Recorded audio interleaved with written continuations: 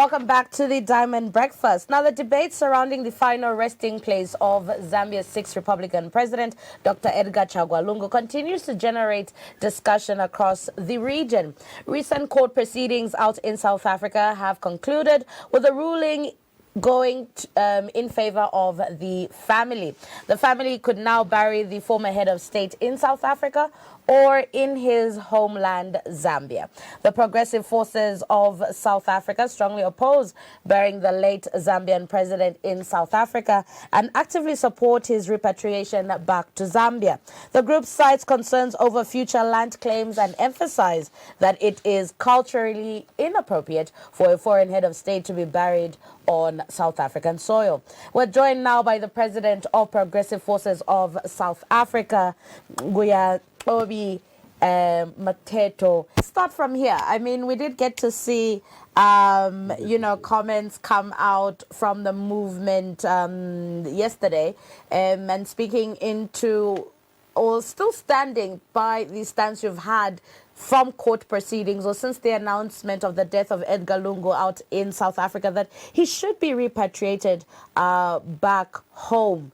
Now, with that being said, the decision has been left to the family by the courts to either bury him in South Africa or bury him back here in Zambia. Have you had a chance to reach out to the family and speak to them and share with them why it's so important for the late head of state to be brought back to Zambia? Good morning. Good morning to your viewers once again. Look, as we all know that this matter has been perceived as a political matter and of which now it needs sensible reasoning. We know very well that they would look at this matter and to say, is it an Hichilema side or is it a Lungu side, vice versa? So, but in any event, as a civic organization, we have been always steadfast of saying that the president needs to be buried in Zambia. Well, trying to engage with the family, we haven't gone about that route. If it were to say that I'm getting that opportunity to engage with the family, I would try and seek and have sense with them and into advising them in a proper stature to say, please, can you make sure that you repatriate the president back to his home country, of which he served a nation.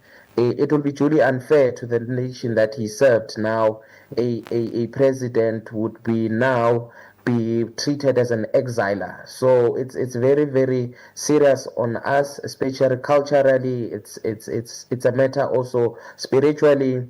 It's a matter in sense of it's unheard of. It will be the first in history of a former sitting president in a democratic state to be buried in another country as if he's an exiler. So that's where we are.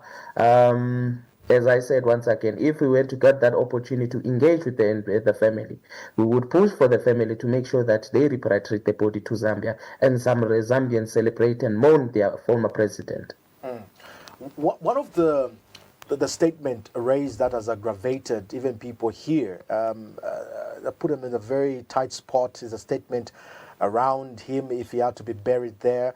Obviously, in the statement was that Zambians, probably a generation will come and take over the land. I think that did not sit well with the many people here.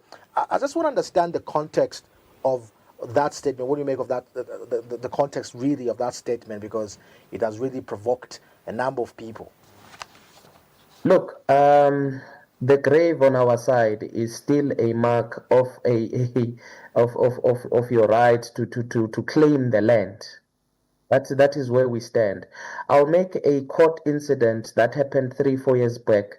There was a king in Northwest called King Siduki, under the platinum belt of a certain company I cannot call. So that's how he won his court case, through the tombs of his forefathers, pinpointing and having DNAs. That's how he won the court case.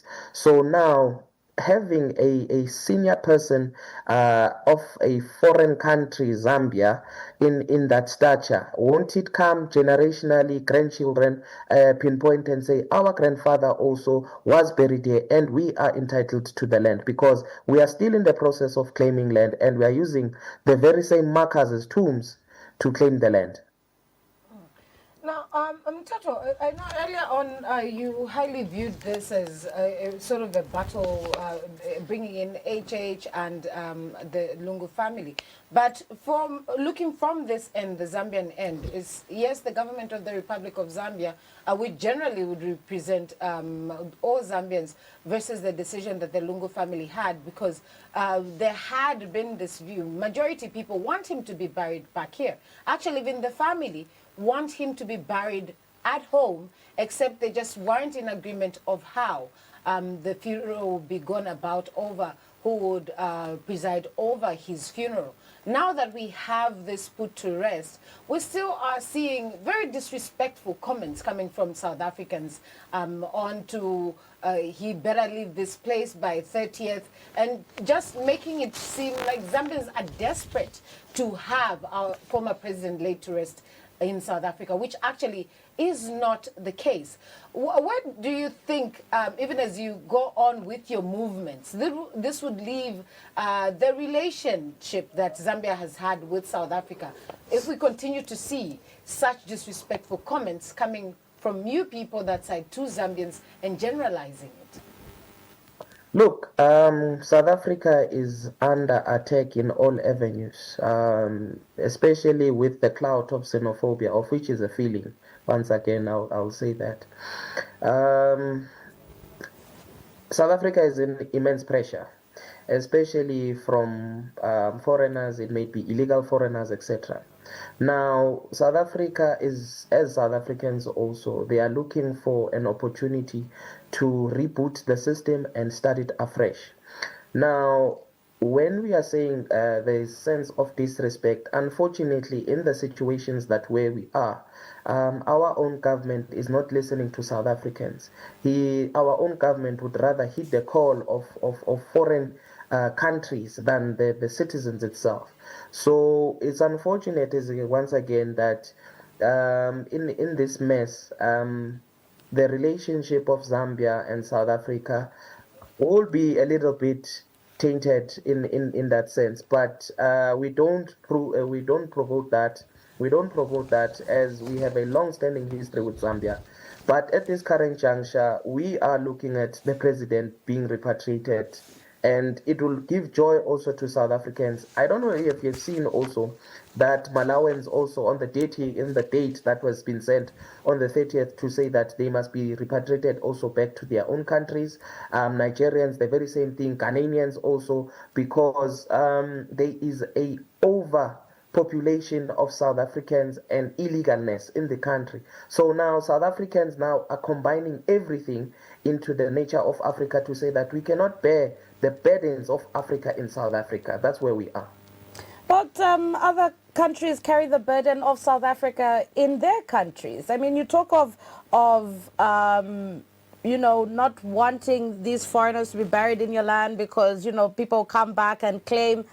We equally here have, you know, indigenous South Africans buried here, and not just any indigenous South Africans. We have people that fought for the liberation of South Africa, members of the ANC, buried right here. I've never in my life, in my 38, 9 years of my life, ever heard anyone come and say, look, because my grandfather died, was part of the ANC, he died here in Zambia, so I'm claiming the land. I've never heard that. So why do you as South Africans feel that, you know, the foreigners will come and claim your land because a dead person of a foreign land has been buried in your country? I'll make an example. Thank you very much for what you've said. There was a court case of it was an Australian or a Scottish, between those two, who came into this country to visit. Unfortunately, he was in a motorcycle accident. Now, in this country, there's this thing called the Road Accident Fund. That person benefited from South Africa over 100 million rands, of which if you convert that, you're talking of about 9 million US dollars through the Road Accident Fund. And he was a foreigner, he was here to visit. So those are things that we are trying by all means to avoid in the country. Now, when we are talking about the land itself again, the land itself, I made an example of one of the kings in Rustenburg, how he won his court case. It was through the graves of his forefathers because it is in the platinum belt and of which the land was already taken and it is in a mining area. Now, how he won the court case is through exhuming the loved ones, making DNAs. That's how we won the court case. So these are situations that we are trying by all means to avoid in this country because it's situations that are recurring on a monthly or daily basis. Now, I understand that issues of illegal immigrants is a big issue. Every country does not want illegal immigrants. Obviously, they want people who are documented. But what we're seeing also in South Africa, even those that are legally there, now they're fearing for their lives that they have to now return back to their homes. But that's not my bone of contention. The African dream, over the years, the African dream has been a united Africa. Before the colonials, if you know your history very well, you remember that Africa was one. When the colonials came, there was now this border aspect of thing. Now we have a generation that is trying to penetrate, to unite Africa. Don't you feel that into some context, even if this definitely is for the South African, don't you feel that for the African vision, it's also, we're finding ourselves now detaching ourselves to that very vision of having a united Africa where now Africans can now build the continent to its greater potential? Look, in this country, we will never advocate for migrants that are legally in the country. We would gladly accept them because they've done due processes, and of which we accept due processes. The issues that we are having is illegal immigrants in the country. We have a population of illegal immigrants in the country. We are having now takeovers of the local economy. It may be salons, you may be vending, spaza shops, etc. No South African is participating in this economy no more. Now, that is where we are. We cannot look at the rest of Africa while South Africa itself doesn't have a functioning system whereby the 60% of its youth is unemployed. Our stats just came in recently now of 345,000 people have been shed, left off, they are jobless today in the past 3 months. Now, when we are coming to South Africa, yes, we are expecting to come to expertise and skill. That's what we are looking for. But unfortunately, we are looking at what we call slave trade. You know, you'd find your Malawans that would come and work in these shops. You would find they would even sleep in these shops. You'd find Zimbabweans also coming into our traffic lights, bringing many children, 4 or 5 in traffic lights, begging for money. That's what we have when we are talking about the African dream. Now, when we are looking at Ghanaians and Nigerians, if it's not churches, what they are bringing into the economy, what else are they bringing? Nothing. Even if when you go and look into our stock exchange, which company has built by a Nigerian, it's not less than 5. In Ghana, not less than 5. We have all these things. We have churches also, but where we are, it's a matter of it's false integration. What has contributed really to the jobs? I know you mentioned the part of that the statistics are out now, where it is indicating that a number of people have lost their jobs. I just wanted to lean more to that. What could have been the contributing factor? Could it be that part of these people that were coming to your country were investing and employing South Africans? And I know you're talking about issues of these individuals, is it slave trade, for example? But what has contributed to this job loss, really? Now, through these job losses, it is through slave trade because I can get 2 people for 1 person's salary. In the operations that we have done, especially working with our officials from Home Affairs, SAPS, you would find companies deliberately hiring illegal people in the driving sector, in the cleaning sector, etc. Those spaces that should have been occupied by South African the citizens, they are no longer there. Now, as I'm saying once again, it's a drive for slave trade. A salary of a person that should be an individual can pay two individuals. They'll be told also to come and even sleep in those quarters. So that is where we are. Business also, it plays a big factor into what we are seeing in the drop of our employment rate. Right. Mthetho, I'd like to move us back to the conversation here on what we saw, what we're seeing, what came from the Supreme Court, and just back on the ruling. When you mentioned that the government doesn't want to, your government doesn't want to listen to the people, and these decisions are just being made anyhow. Is it you saying that you don't trust the judiciary in them acting independently with the ruling that they gave with relation our former President Edgar Lungu's repatriation? Look, if we understand throughout the debacle of the former president, there was an inquest of SAPS. We are still waiting for that inquest's report. It never came out. Instead, we were still following and pursuing the repatriation, starting from the High Court, taken to the Supreme Court. Before the Supreme Court, it was urgent application to the Apex Court, that is the Constitutional Court, and of which the Constitutional Court rejected that. But now, when you look at the judiciary itself, you would look at a judiciary of 3 sitting judges saying that it is unjust to say that the president, a former sitting president, to not be buried in his home country. They've released the president. Then here comes the ruling also of other judges, of which that is the Supreme Court, to say the family has the right to choose. Of which, when we look at that, in cultural context, in any mean, form, shape, it really needs to be questioned. And yet again, we still need to question our own selves. What happened to the report of the inquest? That's where we are. And based on that, I know you've mentioned before that you'd be looking also to escort Edgar Lungu back to Zambia. Looking at where things are now, we've got until the 30th of June before we get to see it's a very strong movement, if I can put it that way, a very strong movement against immigrants, especially those that are illegal immigrants. How does the current situation around Edgar Lungu also fit into whatever will be happening on the 30th? Because, like, we've already established, the movement has been very, very stern on ensuring that he is repatriated back to Zambia. Look, the issue of the 30th, it's a rollout of marches. This is how South Africans want our government to listen to us, because there is a sector in our chapter to say that the people shall govern. So we are taking that into context. It is part of our Freedom Charter. It is part of our rights also.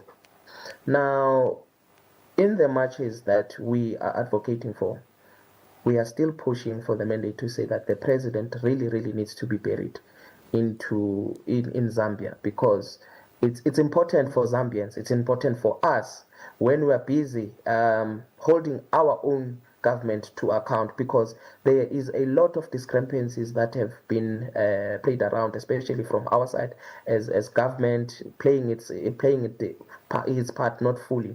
We'll just go brief into the inquest of this matter. The former president passed on June, if I'm not mistaken. The inquest was opened around August. So it gives a question of our state resources. What happened? Why isn't that activation when the first they heard that the president is no longer there? Why couldn't an inquest, a search team or a researcher to go and find those investigations? So basically, it's a matter of us South Africans holding our government accountable, and we don't want to be disturbed in that manner. Let's conclude on this note. I know you mentioned that you hadn't yet spoken to the family, but if you could make an appeal to the Lungu family, what would it be? The appeal is, can we sit down and find resolution. And our resolution, we are still stand firm with respect, of course, to say that we want the president to be buried in his own country, and how best can we assist as a civic movement to make that transition happen. Right. Well, thank you so much, Mthetho, for joining us this morning.